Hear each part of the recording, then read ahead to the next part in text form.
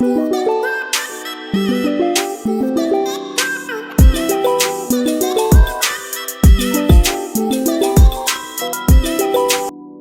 හැමෝම ආදරයෙන් පිළිගන්නවා මගේ channel එකට. ඉතින් අද මම අලුත් වීඩියෝ එකකින් ඔයාලව බලන්න ආවා. අද මම වීඩියෝ එකකින් අරගෙන ආවේ බර වැඩි කර ගැනීම සම්බන්ධව. මම මගේ බර වැඩි කරගත්තේ කොහොමද? මගේ අත්දැකීම් ඔයාලත් එක්ක බෙදා ගන්න තමයි මම අද ආවේ. මගේ අත්දැකීමෙන් තමයි මම ඔයාලට වීඩියෝ එකක් අරගෙන ආවේ. ඉතින් ආදරෙන් ආරාධනා කරනවා මගේ channel එකත් එක්ක එකතු වෙන්න කියලා. 2020 වෙනකම්ම මගේ බර තිබ්බේ 35යි 36යි 37යි. 37න් උඩට මගේ බර වැඩි වුණේම නැහැ. ඊට පස්සේ 2021 අවුරුද්දේ මගේ පුතා ලැබෙන්නේද්දි මගේ බර 40 වෙනකම් එතකොට නම් වැඩි වුණා. ඒත් ඊට පස්සේ පුතා ලැබුණට පස්සේ ආය 38 39 ඒ වගේ මගේ බර අඩු වුණා 40 නුත්.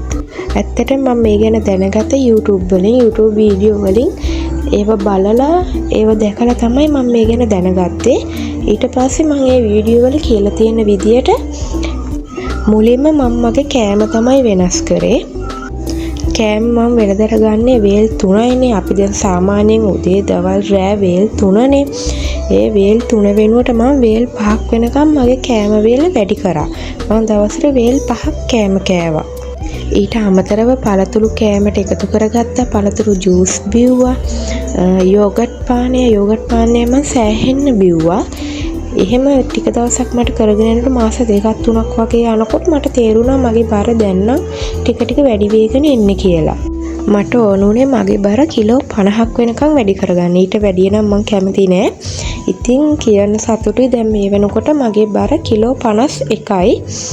ඉතින් දැන් මම මේ විදිහටම කෑම ඒ කියන්නේ වේල් 5ක් කනවා. ඒ විදිහටම මේ රටාව දිගටම අරගෙන යනවා. ඒ වුණත් මට තේරුණොත් ඕනාට වැඩි දැන් මගේ බර වැඩි වෙගෙන යනවා කියලා මම ඊට පස්සේ එක වේලක් ආය අඩු කරනවා.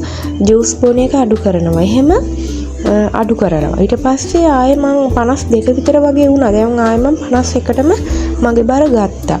ඉතින් හැමෝටම යෝගට් පානි එහෙම බොන්න බෑ. මොකද සීතල යෝගට් පානයේ ජූස් නැතත් වේල් 5ක් කෑවොත් නම් අනිවාර්යයෙන්ම ඔයාලා බර වැඩි කරගන්න පුළුවන්. ඉතින් YouTube එකේ ඕනතරම් මේ ගැන වීඩියෝස් තියෙනවා. ඔයාලා ඒවත් බලලා ඒ සම්බන්ධව බලලා වීඩියෝ බලලා කරලා හැබැයි වේල් 5ක් කෑවොත් නම් අනිවාර්යයෙන්ම ඕන කෙනෙකුට බර වැඩි කරගන්න පුළුවන්.